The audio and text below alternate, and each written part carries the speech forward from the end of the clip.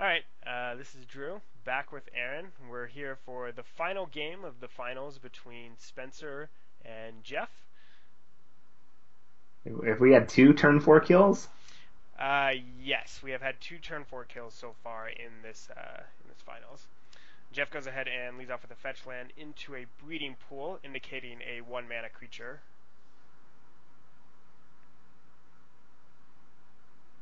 Or possibly a sleight of hand. I know some of the Infect decks are playing one sleight of hand.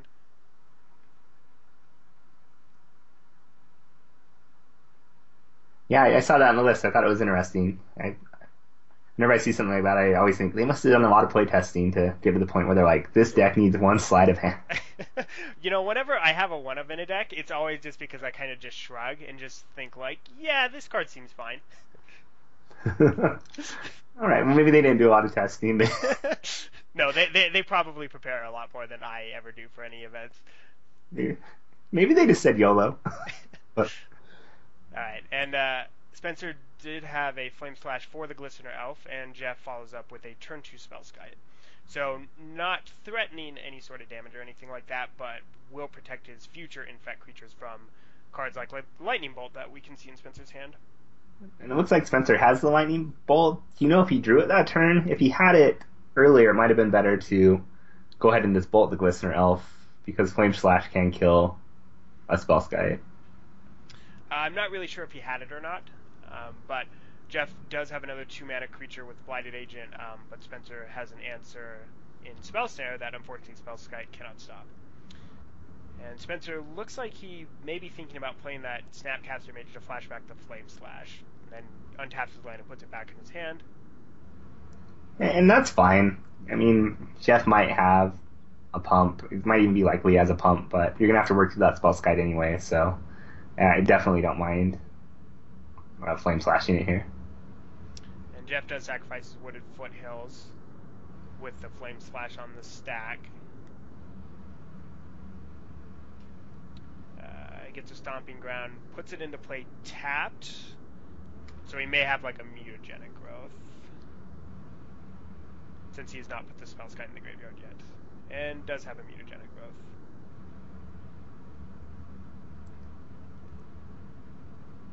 So he would have taken two either way from either putting the fetch land in or the shock land into play untapped or just paying the Phyrexian mana cost. Yep. Unfortunately, he doesn't have to worry about cards like Daze like you do in Legacy, so...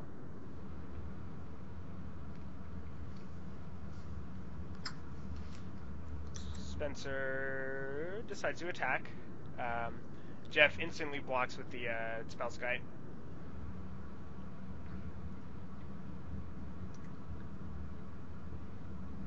And that's always a risky proposition because, there's a good chance your opponent might have Bolt, but with the Infect deck, there's a good chance you might have Pump, so it'd be interesting to see what the end result of this block is. I believe Spencer just passed the turn. All right, the end result was nothing. Yep, Spencer went ahead and attacked, testing whether Geoff would block. Geoff did block, and nothing happened. Spencer does have a Deceiver Exarch, decides to tap the Spellskite. Geoff has plenty of lands in play, so not really a whole lot of incentive to tap any of those lands. Does get an attack in. Geoff is down to 10 from a combination of his lands and his Phyrexian spells doing damage to him. So it is pretty low, and Geoff does not look like he's had any Infect creatures since that Blighted Agent got spell snared. I did see a Become Immense in his hand, as well as an Ancient Grudge.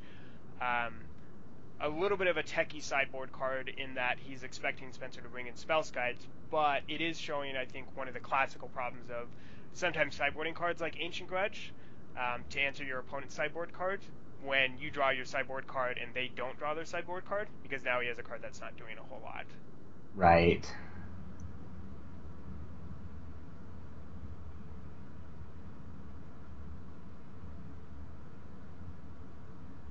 Yeah, and this can be a problem with the Infect deck. It doesn't have a ton of Infect creatures, so if you can't get one out and protect it, your opponent kills a couple of them, and then you're sort of dead in the water for a while. Yeah, because Geoff did have two Infect creatures this game. He had a Glistener Elf and a Blighted Agent. And Spencer was able to deal with both of those.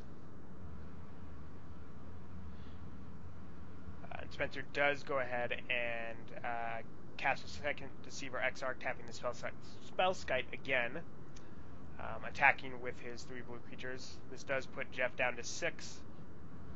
The Spellskite does fortunately kind of protect Geoff a little bit from, possibly dying to like a couple lightning bolts.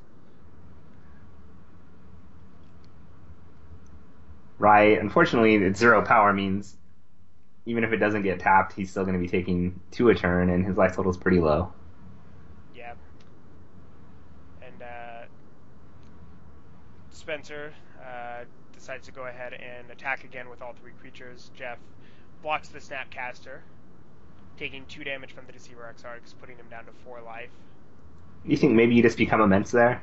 At this point, just to start clearing creatures off, it may be something that you need to do.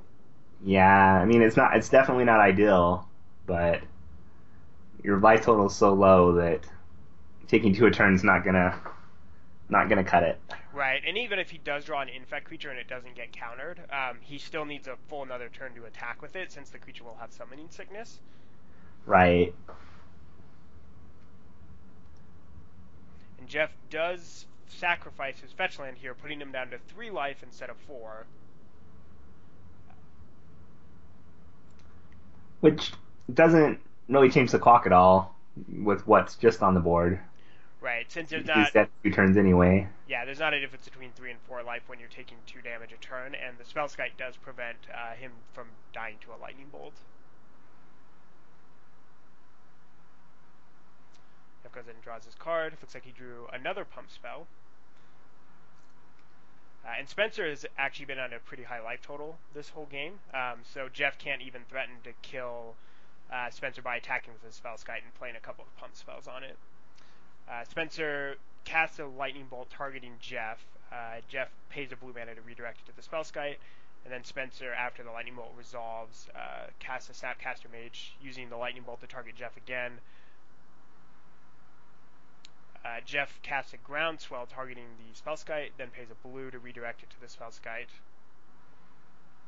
I believe the Spellskite only has 6 toughness, though, and has 6 damage on it, since he did not play a land for the Groundswell.